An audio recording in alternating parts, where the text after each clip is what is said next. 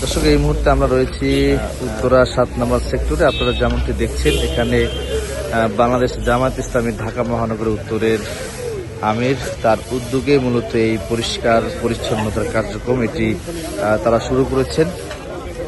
পবিত্র মাহে রমজান উপলক্ষে মূলত ঢাকাকে পরিষ্কার পরিচ্ছন্ন রাখার জন্য তারা এই উদ্যোগটি হাতে নিয়েছেন। আমরা আপনাদেরকে দেখানোর চেষ্টা করছি। আসলে নিজের পরিবেশ নিজেকেই রক্ষা করতে হয়।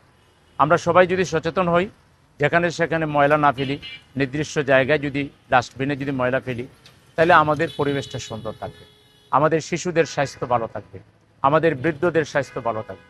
আমরা যদি মাহে রমাদান এসেছে কোরআন স্টাডি করি, তাহলে কোরআনে দেখব এত সুন্দর সুন্দর আল্লাহর বাণী আছে, যেগুলো যদি আমরা ইমপ্লিমেন্ট করি নিজের ব্যক্তি জীবনে, পরিবার জীবনে, সমাজ জীবনে, রাষ্ট্র জীবনে, তাহলে আমাদের গোটা পরিবেশ সুন্দর হয়ে উঠবে।